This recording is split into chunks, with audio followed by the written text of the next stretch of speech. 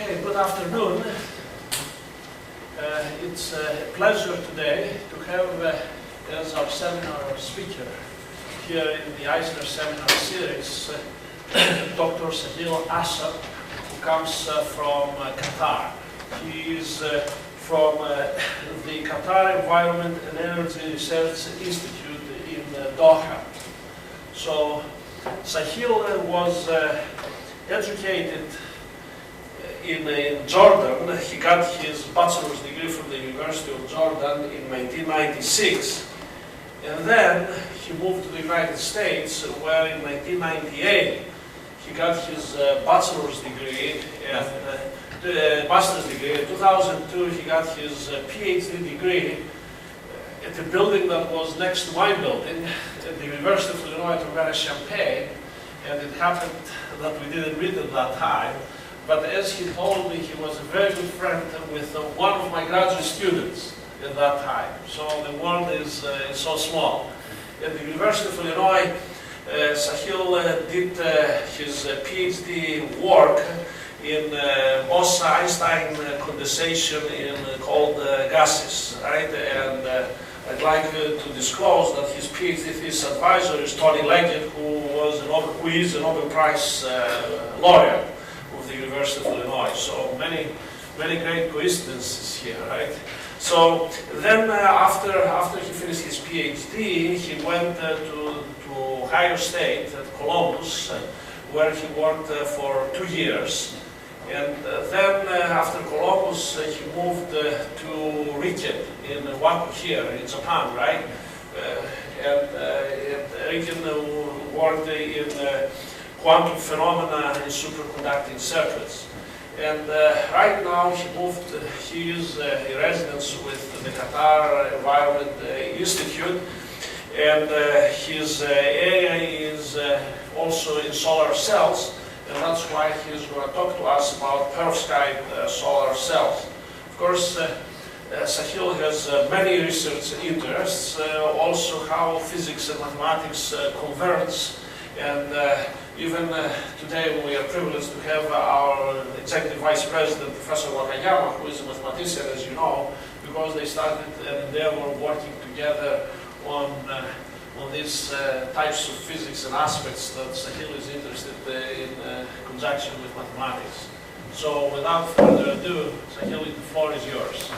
Thank you very much for the introduction and also, of course, for the invitation. It is a great pleasure to be here at Kyushu University and at I²CNER. And today I will talk about perovskite solar cells. So I will give you just a brief and perhaps very simple description of some of the physical aspects of perovskite solar cells. And then I will also describe one of our recent theoretical projects on perovskite materials. As you saw on the first slide, I am from QEERI, the Qatar Environment and Energy Research Institute. And you can see here on this map, Qatar is this little peninsula that is attached to this bigger peninsula, that is the Arabian Peninsula in the Middle East. And the area of Qatar is about 1/3 the area of Kyushu island, so it's quite small. And the population is about 2.5 million, also not very large, definitely by Japanese standards. And most of the population is here in the capital city, Doha. So you can see over the past 20 years, actually, all of these buildings have appeared, and now it has become a modern country. And still there's a lot of construction going on, probably partly motivated by the World Cup, which is going to take place in Qatar in 5 years. And here on the outskirts of Doha, the city, we have these two buildings, which are called the Hamad bin Khalifa University Research Complex, and it houses 3 research institutes. There's QEERI, and there's also the Qatar Computing Research Institute and the Qatar Biomedical Research Institute. So all of these, the 3 research institutes are here together. And so now let me talk a little bit about how much solar energy there is out there to start. So as you know, sunlight has energy coming along with it. The photons are carrying energy. And then, if you take 1 square meter on Earth, on the surface of the Earth, at the peak in the middle of the day, it gets 1 kilowatt of energy for that square meter. But of course, that is only at the peak. So if you take into account the fact that there is night when there is no solar energy coming at all, and then there's going from 0 to the peak and back, then you get 6 kilowatt hours for the whole day, which means that on average you get 0.25 kilowatts per square meter of solar energy at any place, at any position at the surface of the Earth. And now there is this guy who says, I use 5 kilowatts. So that's not how much he eats, otherwise he would be very, very big. So actually, one interesting calculation that I looked at recently is how much energy we get from food. And if you follow the standard 2,000 calorie diet, that gives you 100 watts. So if you think of the human body as a machine, this machine runs on 100 watts, which is similar to a laptop or a small desktop computer. So it's a really small amount of energy, and then you multiply that by 50. So you have 50 times that. That's how much energy we consume because of our use of technology. So when you include all of our electricity, transportation, and the industry in the country that is serving us, then in Japan, per capita, we are consuming 5 kilowatts. The world average is half of that. And actually in the Middle East, including Qatar, some countries are using 25 kilowatts per person. But if you take into account that the temperature reaches 50 in the summer, and there is no natural fresh water there, it kind of makes sense. So most of the energy consumed in Qatar goes to cooling and to desalinating seawater. And on the opposite side, there is Iceland, which also consumes about 25 kilowatts per capita, and I assume that is for heating. So extreme hot or extreme cold makes you use a lot of energy. And now, if you think about this average person who needs the 5 kilowatts, and we know that we get on average 0.25 kilowatts per meter squared from solar energy, then we can say that if we want to use or to rely only on solar energy, then each person needs his own 20 square meters, and to collect all the solar energy from that 20 square meters to satisfy all his energy needs. And that sounds like a lot, and it might sound like we do not have enough land to do that. But then actually, if you take that the total population, for example, of Japan is about 100 million, that means that you need to utilize the solar energy coming on 50 by 50 kilometers of land, which is of course still very difficult technologically, but now the number sounds realistic that, okay, maybe at some point in the future we will be able to utilize this energy. And once you get the full solar energy from this area, you satisfy all the energy needs of Japan. No other source of energy. So then it sounds like, okay, maybe one day it can happen. And now, this is how much energy, how much solar energy there is out there and how much we need. Now we need to use it. So we need to find a way to convert this solar energy into work or electricity. And then if we, for a moment, imagine what we might have thought 200 years ago. So we still do not have semiconductors, let's say, and we want to, we know that there's energy coming with sunlight. How can we utilize it? Now, even 200 years ago, actually in the 18th century, people started developing steam engines. And even from those early days of steam engines, people realized that, okay, you need to heat the water.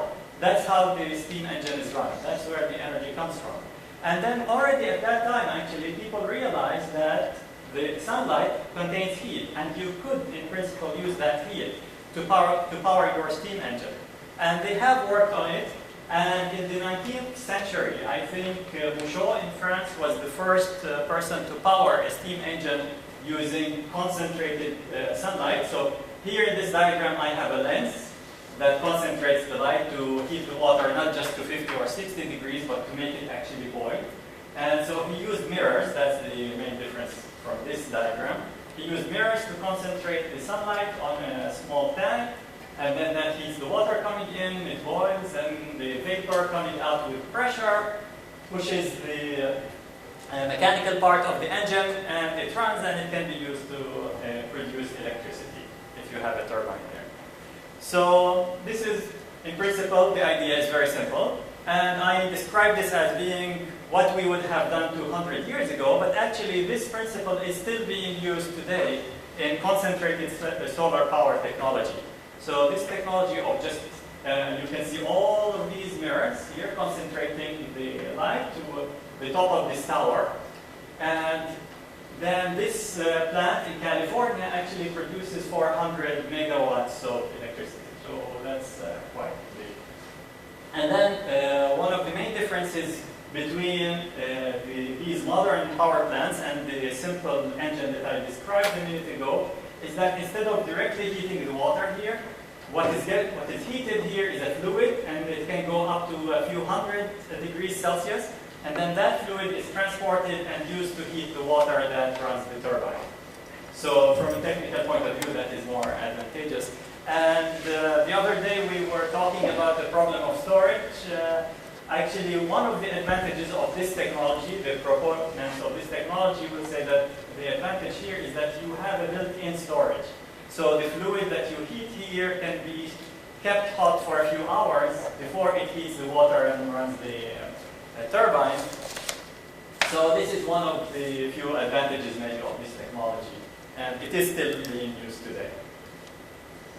But now it is more common to rely on semiconductors and photovoltaic technology, where the sunlight hits this semiconductor material or device, and then the electrons in the device absorb the photons, they get excited, so now they have extra energy, and then this extra energy is dissipated when the electrons go around the circuit, and they power the load, the electrical load that I am showing with this light bulb here.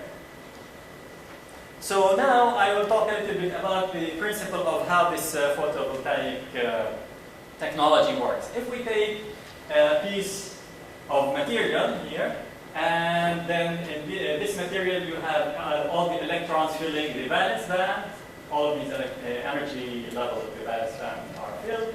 Then you have some gap, and then you have the empty energy levels of the conduction band. So the sunlight comes in, photon is absorbed by one of the electrons. So the electron goes up from the valence band to the conduction band, and then you say, okay, now this electron has a lot of extra energy. It can, in theory, go around the circuit here, and the light bulb can go on. But this is an unlikely thing to happen in this setup. So what happens is that, first of all, you have very fast relaxation within the conduction band. That process happens very fast, less than a picosecond. So you go down, you lose any extra energy, and the electron goes down to the bottom of the conduction band. Similarly, the hole, if it had extra energy, it will go to the top of the valence band. And then they can be there for a while, maybe something like a nanosecond. So orders of magnitude longer than this relaxation. And now this electron, instead of going around the circuit and the hole, similarly, they will probably move around in random motion until at some point they will recombine, emit the extra energy, or sometimes this energy actually turns into heat and stays in the material. And you only get that this material got hot and no net electrical current. So to avoid this problem, we add, here I'm taking an example of an electron transporting material. Or the L stands for layer here. We put it next to our absorbing layer. And now, this material, we design it such that the conduction and valence bands are both a little bit lower than the conduction and valence bands of the absorbing material. So the electron now, which has relaxed to the bottom of the conduction band, has a chance to go to this side, to the right, before it recombines with the hole. And if it succeeds in doing that, it's a probabilistic process, but if the time scales are right, it will meet this interface at some point, and it will find energy levels, and it will go there, and it will lose the extra energy from here to here. And once that happens, it cannot go back. it doesn't have enough energy to come back here. And then if that doesn't happen, then the electron is at this side, the hole is at this side, they cannot recombine. The only way for them to recombine and go back to the neutral state is for the electron to go around the circuit and power the light bulb. So this way, when we establish this charge separation, then we are able to get the electric current out of the photovoltaic cell. And usually people add also, or it is common, not always, but it is common to have also a hole transporting layer on the opposite side of the absorbing layer that allows holes to go into it. So the conduction and valence band are both a bit higher than those of the absorbing layer. And then the holes are preferentially pushed to the left, the electrons to the right, and that gives us the current around this circuit. So this is the basic idea of how the photovoltaic cell works. And now, quickly, I would like to mention how much energy we can get from this photovoltaic cell, from the light that is coming in. So this figure might be more recognizable to many people, which is the intensity of light as a function of wavelength. As you know, we have photons of all possible wavelengths coming in solar sun, in sunlight. And then I find it more intuitive, at least for this purpose, to plot the same figure but as a function of photon energy or frequency. So the intensity as a function of photon energy. So you have photons with low energy, photons with high energy. And then here we have a band gap in this material. And the band gap will define a point, a threshold, in the photons that can be absorbed by the material. So the photons that have less energy than the gap, they will not be absorbed. They will just go through the material. And in a sense, they are lost. We do not get any energy from them. And the photons that have more energy than the band gap will be absorbed by this absorbing layer. But because of this fast thermalization process where the electron loses heat and goes to the bottom of the band, similarly the hole goes to the top of the valence band, we lose anything above the gap. Any energy excess here is lost as heat inside the solar cell. So this means that we have to choose the band gap in an optimized way. If we choose a very large band gap, then no photons will have enough energy to excite electrons. Here, because we have a very large band gap, so we lose most of it. And on the other hand, if the band gap is very small, we will absorb all the photons, but the problem is all of this excess energy above the gap will be lost in the thermalization process. So we have to balance and optimize the choice of the gap to absorb a lot of photons and not lose much of the absorbed energy as heat. And it turns out you can actually calculate this limit of how much efficiency, how much of the solar sunlight, this 1 kilowatt, let's say, per square meter that we are getting in, how much of that can we get out of a photovoltaic material? And it turns out that if you have a band gap, the optimal band gap is around 1.4 electron volts, and for that band gap you get about 35% efficiency. So about 1/3 of the solar energy coming in is converted into electrical energy. And silicon, which is a material that is used a lot in the semiconductor industry, fortunately, actually, it has a band gap of 1.1 eV.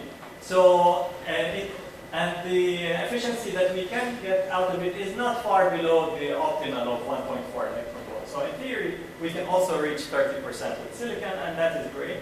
And silicon has been the material that is used usually in photovoltaic cells. So before I move on, I will just mention that I told you that these low energy photons go through the photovoltaic cell and they are not absorbed and therefore they are lost. So it looks like this is a loss of energy coming in that we did not utilize. But it's not completely lost because it only went through our top cell, and we can now combine the top cell with the bottom cell that has a lower band gap. So whatever was absorbed by the top layer is good. We get some current out of it. Now the photons that were not absorbed by the top cell, they go to the bottom cell, which has a smaller band gap, and we got some extra energy out of that. And this is the principle of tandem solar cells. And then by doing that with two layers, we can go up from only getting 1/3 of the energy to getting close to 1/2 of the energy coming in with sunlight. And in principle, there are calculations of can you go to an infinite number of layers, and you can do the calculation, and you could reach up to close to 70%, 60-something%, if you put a large number of a tandem cell with a large number of junctions or substars. And now here, I just show this figure as an example that, okay, you can have many materials. So I said that you need to have a good band gap between 1 and 2 electron volts, or 1 and 1.7 maybe electron volts to get a good efficiency. You need the material to transport electrons and holes well, and you need to find also good materials that match well with our absorbing layer.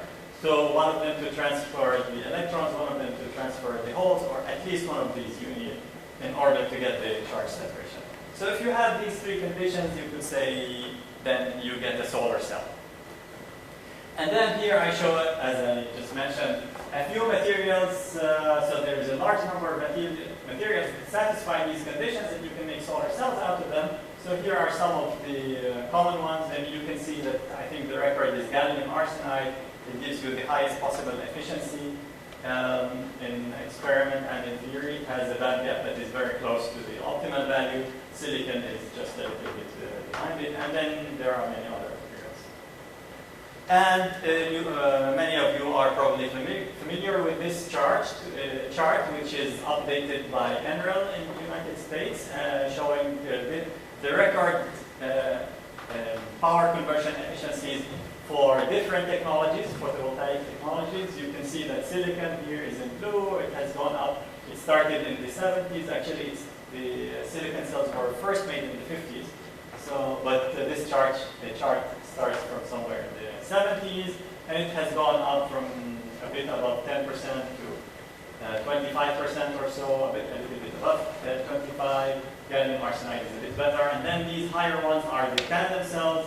They have reached close to 50%, 46%. I think that's the record for tandem solar cell. And then there are a few other materials, and I show this chart actually to highlight one family of materials, which is here. The red circles filled with yellow. These are perovskite solar cells, and you can see that whereas many technologies go up in a small slope, one of the remarkable things about perovskites is that in just a few years they have gone up to above 20% now. And actually, if they extend this chart a bit down to around 2006 here, this efficiency would go down to 2%.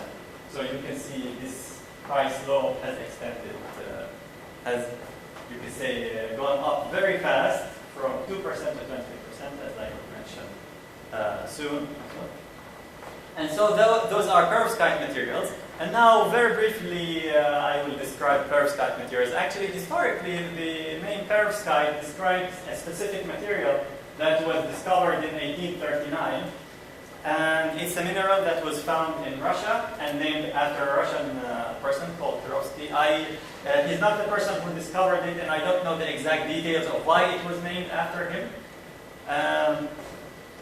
But now we know that material is actually calcium titanate, and we also now know that it has a certain crystal structure. And now the word perovskite is used to describe any material that has the same crystal structure, even if it's not the original material perovskite.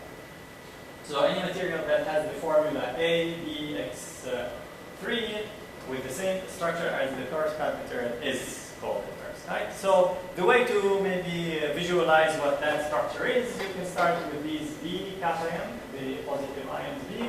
They are a simple cubic crystal. And then you take this simple cubic crystal, and between each two nearest neighbors, you put one of the X negative ions, the anions. So now we have a lot of ions here, but to visualize it better, I connect the ions around one of the B ions. So you see they form octahedron. So around each one of these cubic crystal atoms, you have an octahedron of anions.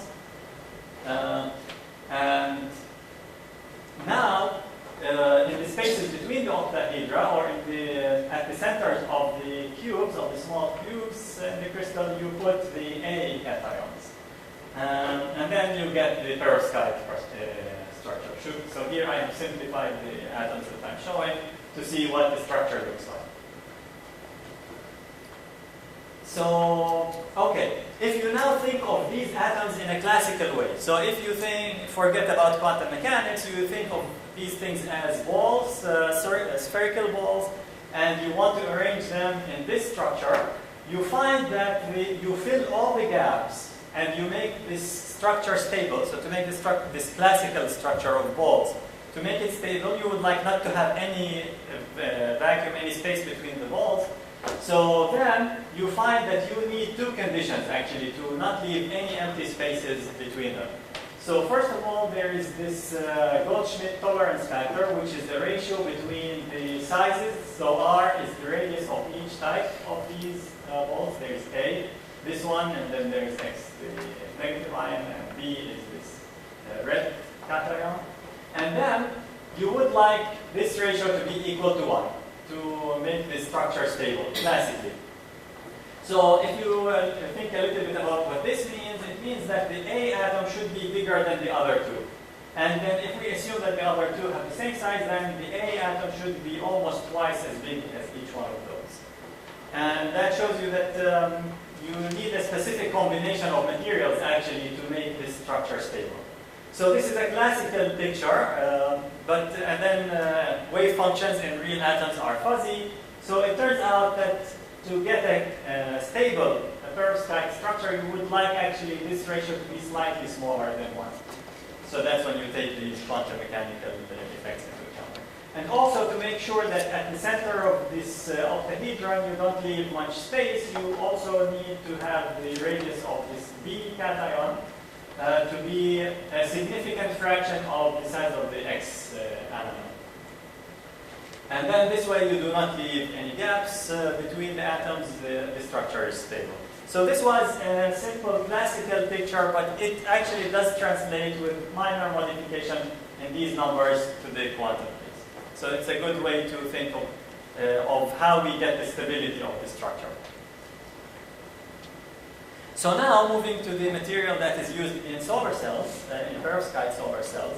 Actually, the first material to show promising results and to be considered very seriously for perovskite solar cells is methylammonium lead iodide, which is CH3NH3. That's the methylammonium molecule.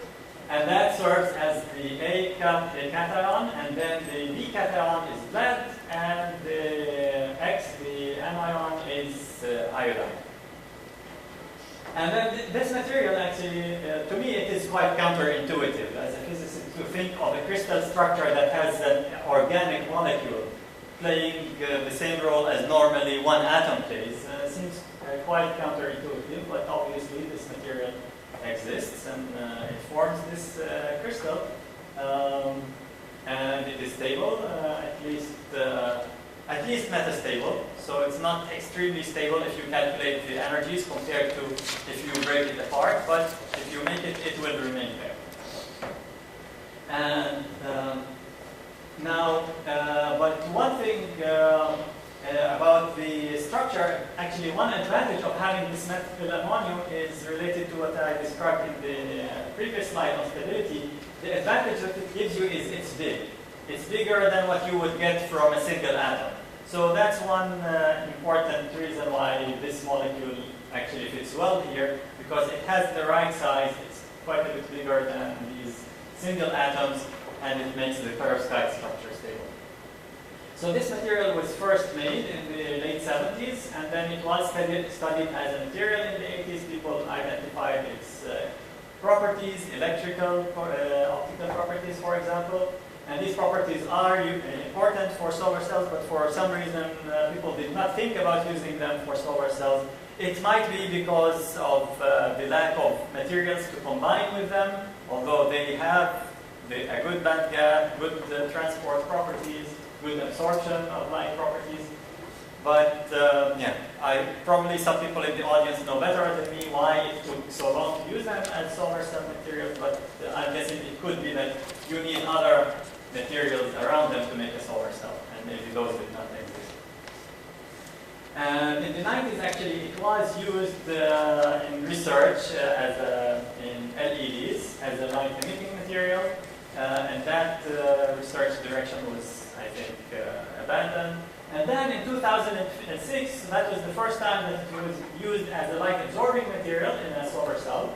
And the efficiency there was 2%, and it lived for only a few minutes. And part of that is that the whole transporting layer in those cells was actually a liquid electrolyte, and the perovskite dissolved into that electrolyte in a few minutes, so it was not a feasible thing to pursue.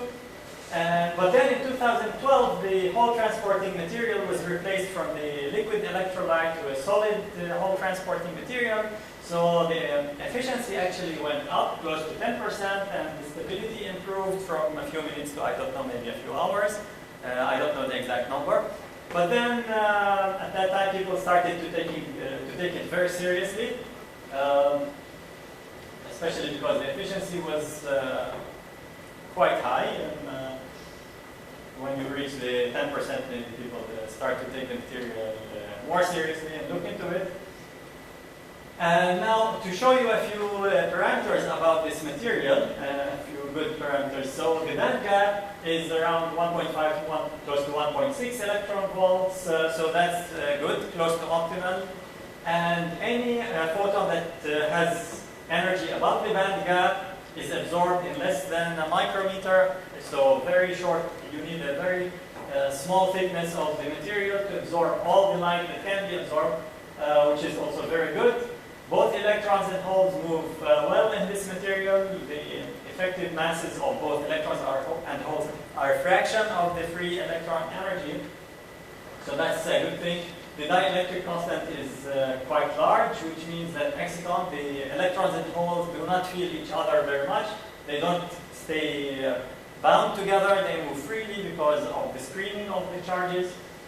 And that also makes the exciton binding energy quite small. So once you excite an electron and hole, they separate easily from each other. So all of these parameters are good. And one reason why I show these parameters actually is that for me, as a theoretical physicist, I find it difficult to find a simple, intuitive explanation why you get these numbers. So to me, these numbers, you put them in a quantum mechanical calculation of the material, you simulate this material, and you get these numbers out of the calculation. So, and I will talk a little bit more about that also. So it's difficult to form intuition about some of these basic parameters of the material. And in contrast to that, I want to mention that, for example, now the recombination rate of the electrons and holes is quite small. So that means that the lifetime of the charge carriers is long before they recombine. And this is one thing that we can understand in a theoretical physics way. So without having to do any numerical calculations or any complicated numerical calculations. So actually, it turns out that the atoms that you have, the lead and the iodide, now there is spin orbit coupling, especially in the lead, I think, between the spin and orbital degrees of freedom. And also, it's not understood exactly why, but if you break inversion symmetry, so normally if you take this crystal, it has a certain mirror symmetry. If you are at one of the lead ions, let's say, you look up or you look down, you see exactly the same thing. But if you apply an electric field or somehow strain the system so that you break that mirror symmetry, then the combination of spin-orbit coupling and the breaking of inversion symmetry actually separates the valence band and the conduction band into two bands each. And then the band extrema, so the valence band maximum and the conduction band minimum, are no longer at the same point. So when you move them away from each other, then let's say you excite an electron here, it will quickly thermalize and go down to the bottom of the conduction band. but now the conduction band has a different momentum from the top of the valence band where the hole goes.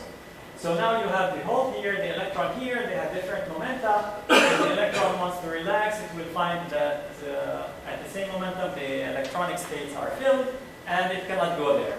So this can be understood in this long lifetime of the charge carriers in the material. Can be understood in simple intuitive terms, at least to me. So some things you have to do calculations you cannot get with intuition. Some things you can argue intuitively that, okay, you will probably, in this material, get these properties. Then another thing that probably only experimentalists can get is that you can synthesize this material easily in solution. And for a few years, people were trying different combinations, different concentrations. So even to the experimentalists, there was some trial and error here, trying all the different combinations that they could think of and find the optimal way to get the best materials and the best efficiencies.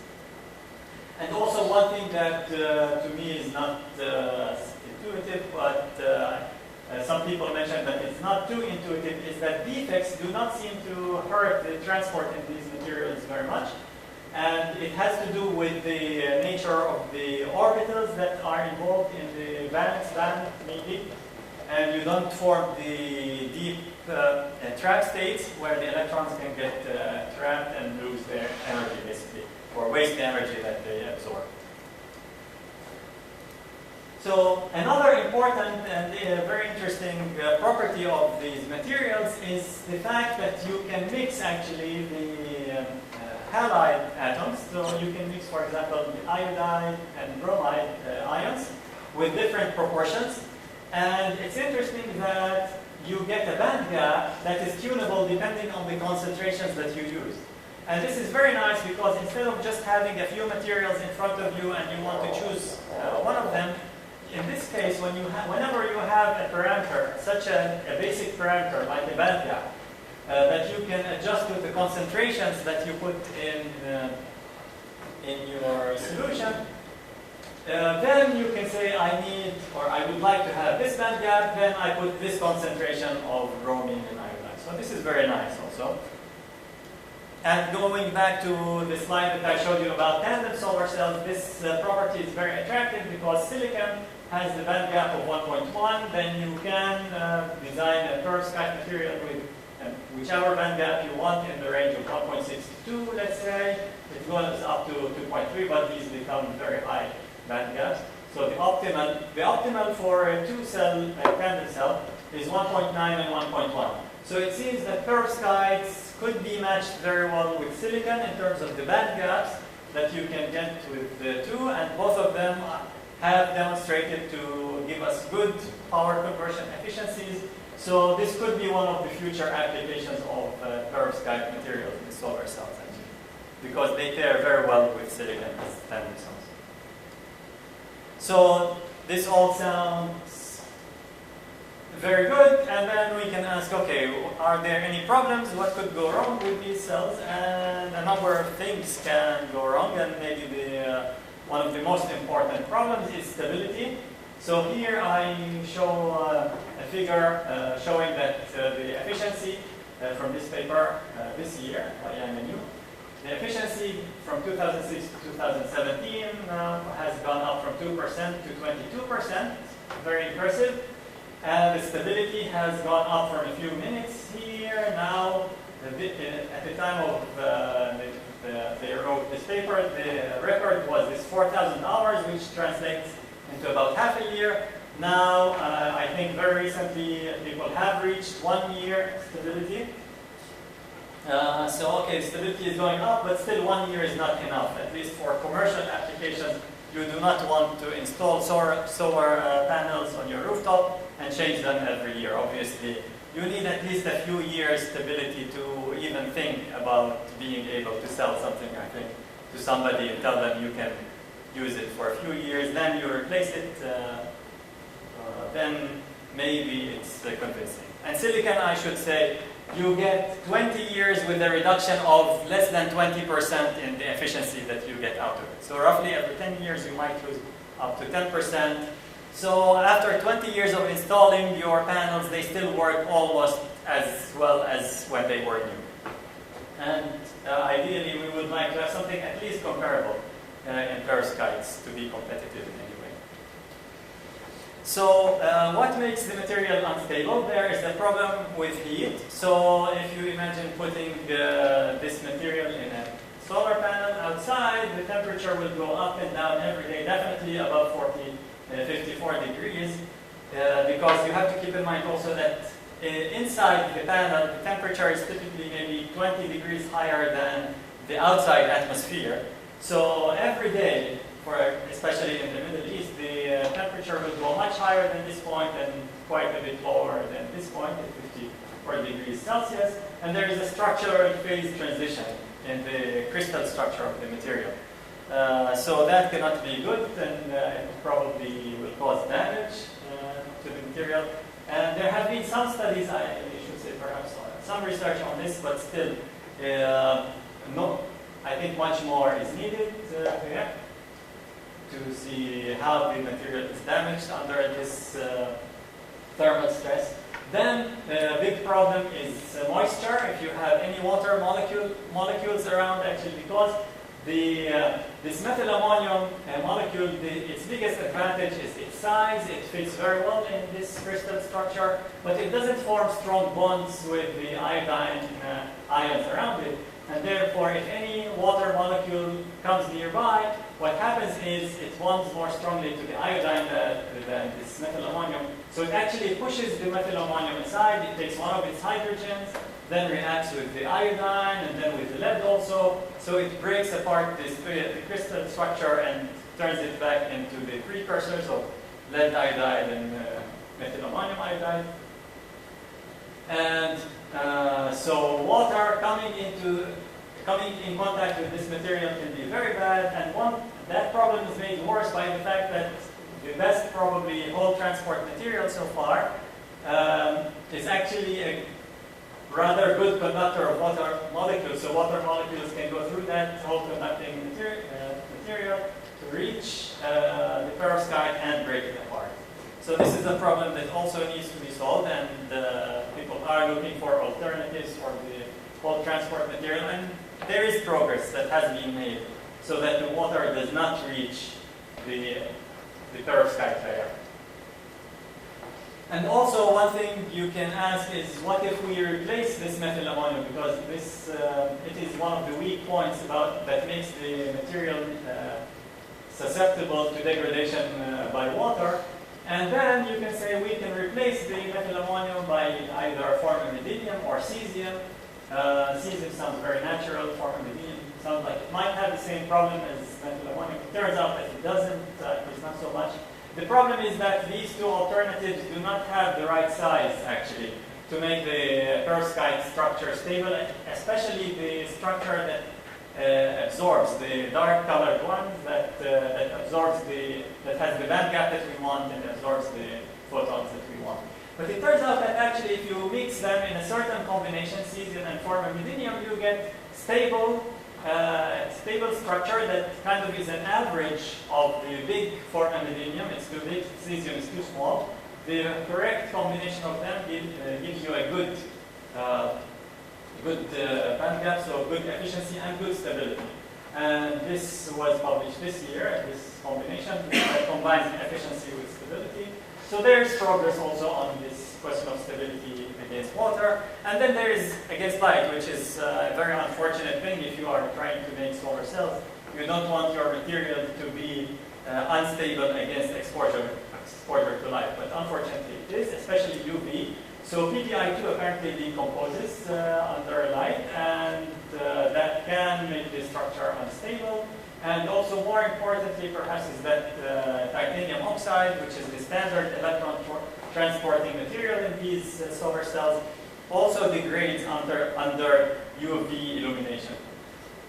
So these problems have to be addressed, possibly trying to filter out UV or looking for alternative materials.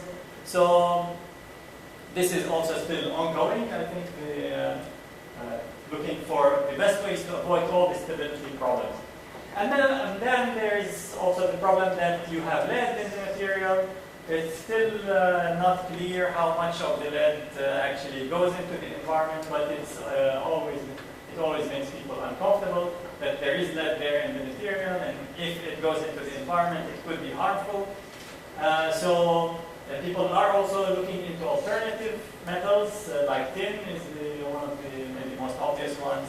There's bismuth also, and I think people are looking for any combination of materials that can avoid having any toxic materials. So that's it about stability. Now, in the last few minutes, I want to talk about what I told you about our theoretical study of a tight binding model to study the effect of disorder, actually, in these perovskite materials. And I will say why we want to study disorder, because it is actually, disorder is there. So we want to study it, and we find that the tight binding model is a good approach to do that. So if you think about doing DFT calculations on the, let's say, the methyl ammonium lead iodide, the standard perovskite material here, typically, if you take one unit cell and you want to do a DFT calculation on it, you have in your calculation, you keep only 40 electrons. There are more core electrons in the material, but those are, in a sense, inert. They don't interfere with any of the physics relevant,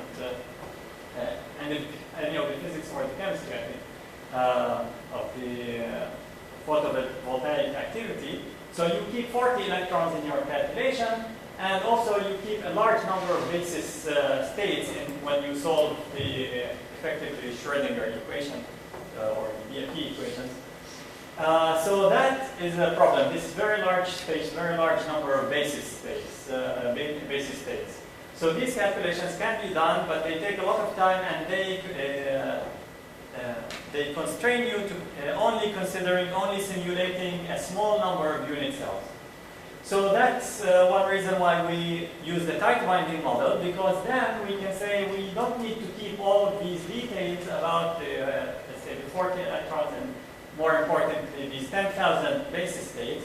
We assume that each unit cell has, we only need to worry about 26 of those 40 electrons, and most importantly, instead of 10,000, we need only 32 orbitals that we say are the important orbitals in the physical properties of the material. And then we construct a Hamiltonian that looks like a standard tight binding or Bose-Hubbard, maybe not Hubbard, Hamiltonian that people study in theoretical physics quite a lot. And then we want to find the parameters of this Hamiltonian, and then we can simulate this material. And then if we consider how many orbitals we need to keep, I said we need to keep 32 orbitals for each unit cell. So these turns out that they are the lead 6s, lead 6p, and the iodides 5s and 5p orbitals. So you have 4 different types of orbitals, 2 for the lead and 2 for the iodide. So we have 4 different orbital energies for the atoms. And then we also have the hopping between the different atoms, or between the orbitals and the different atoms. And if you look at all the different combinations of S and P, and keep in mind that P can have directions along X, Y, or Z. So it turns out that you have 5 different combinations of orbitals for the hopping process, to describe the hopping process. So that's 9 parameters, and if we want to include spin-orbit coupling in our simulations, that adds 2 parameters, one for the lead and one for the iodide. So it turns out that there are 11 parameters that you need to construct this tight binding model. And we were discussing earlier today that one way to do that, to find these 11 parameters, is actually to do a DFT calculation. And from the parameters you extract the parameters or the results of the DFT calculations. You ask what parameters will translate into these epsilon and t that I should put in my tight binding calculation. And this is actually what we wanted to do when we started studying this, when we started constructing this tight binding model. But then we, in the process of thinking how we are going to do that, which is not a trivial process if you are not familiar with both scales, actually, the microscopic and the medium scale. It's quite difficult, and we were thinking about that. And then somebody actually did it in the meantime, but they did not do what we were planning to do, which is to take results from the FT and extract from them the parameters for the tight binding model. Instead, in this paper that I mentioned here, Boyer-Richard et al. In France, what they did is that they took the band structure that they got from DFT calculation, actually, and they said, okay, we want to, they looked for the parameters in the tight binding model that produce as closely as possible this band structure. So it was a somewhat different approach from what I was thinking about, looking at the microscopic properties of wave functions and using those, the shape of the wave function, let's say the overlaps of wave functions to extract the parameters. They did something a bit more phenomenological, taking the band structure and then looking for the parameters that fit the band structure best. So then we followed their model. Actually, we took their parameters and started using them also.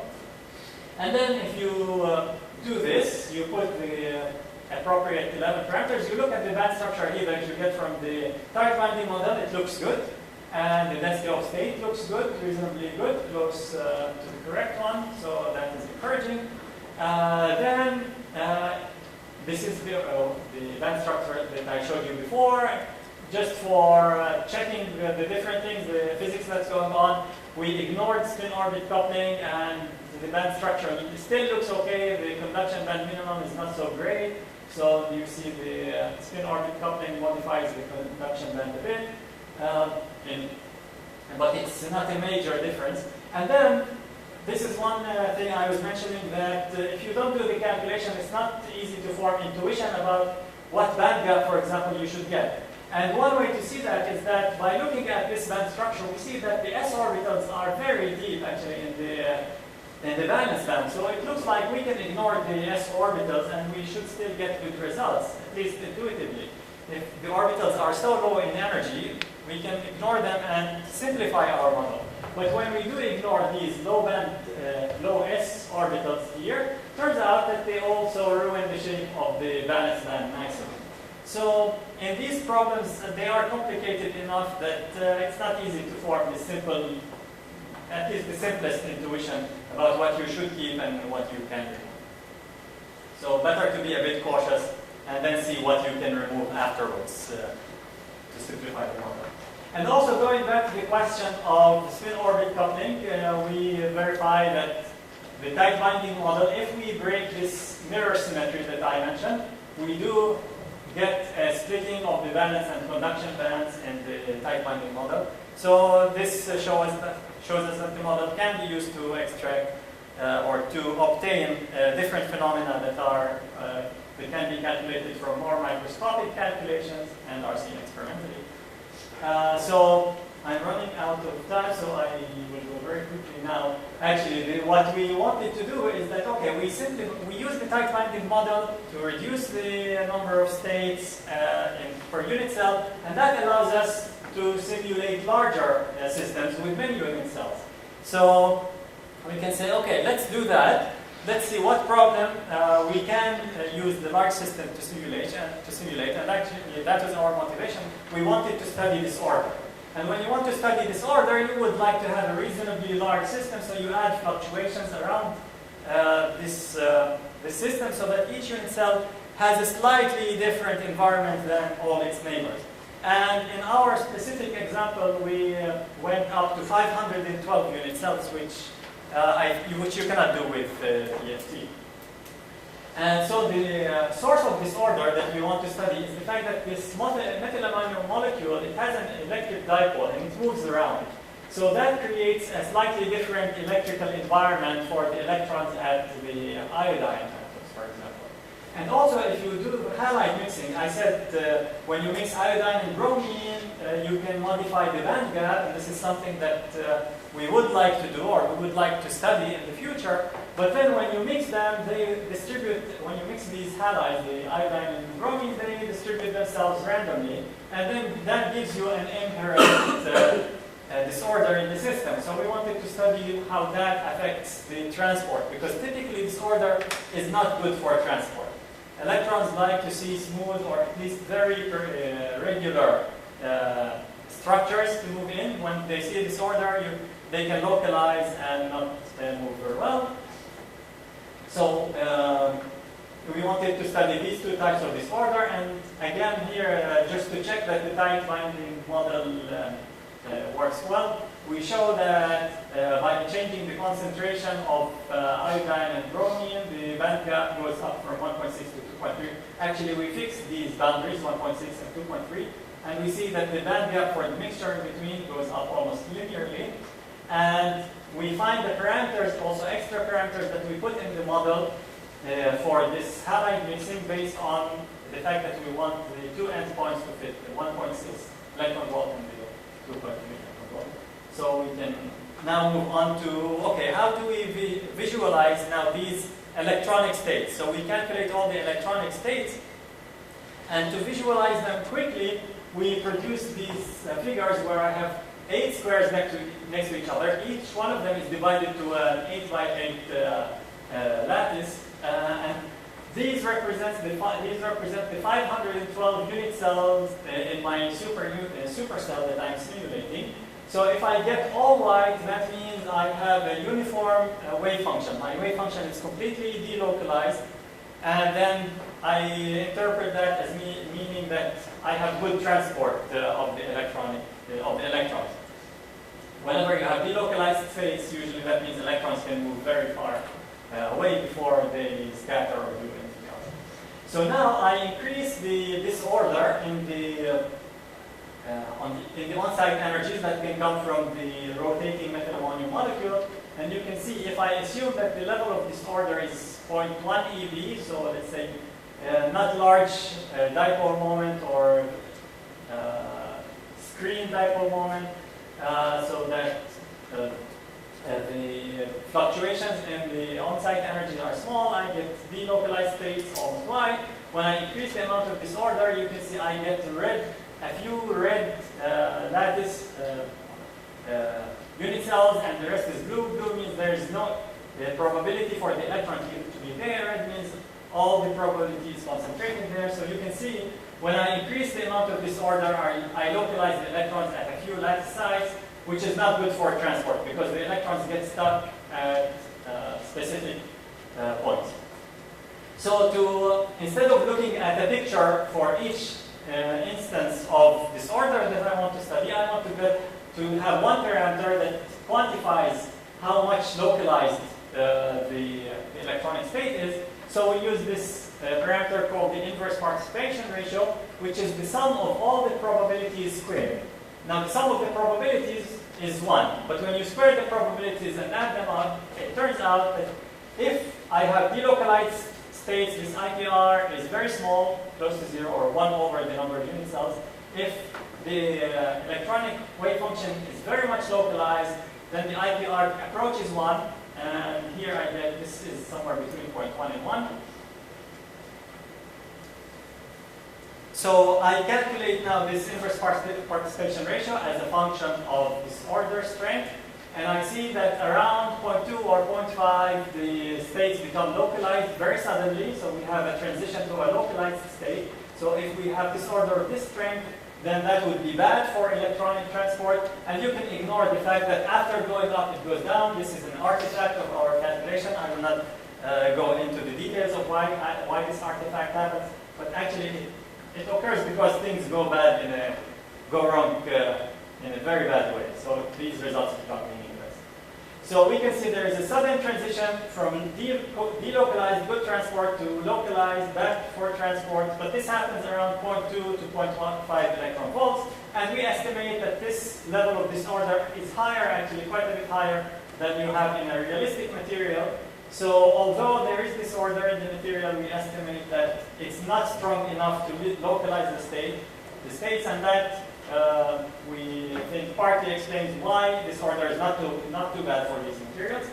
Then we also look at the energy in the electronic states when we mix halides, when we mix iodine and bromine, and we see that the electronic states actually become localized when we mix the halides, and we interpret this as meaning that the halides do not like to mix too much, at least here close to the pure bromide case. So a little bit of iodine mixed with the pure bromide case, that makes the states very localized, which somewhat agrees with experimental observations that this kind of combination, a bit of iodine in a background of bromine, is not very stable and tends to phase segregate. So our results tend to agree with these findings. And so finally, to summarize, and very quickly, perovskite materials have very good properties, good band gap. They absorb light very well. They allow both electrons and holes to move well. And still, there are questions. The materials mainly are unstable. That has to be improved. And if it's improved, then perovskite materials will be promising both on their own and in tandem with silicon. They can have applications, commercial applications, possibly in a number of years from now. And then in my own studies, I focused here on the Mistyped binding model, which is not the most microscopic scale, but a bit larger scale than that.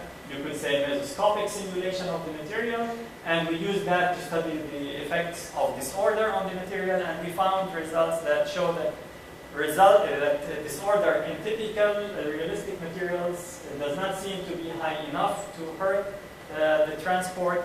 And also our studies on the energy and localization of the electronic wave functions tells us that the halides do not like to mix too much, which somewhat agrees with things that have been observed. So sorry that I took a very long time. Thank you very much for your attention.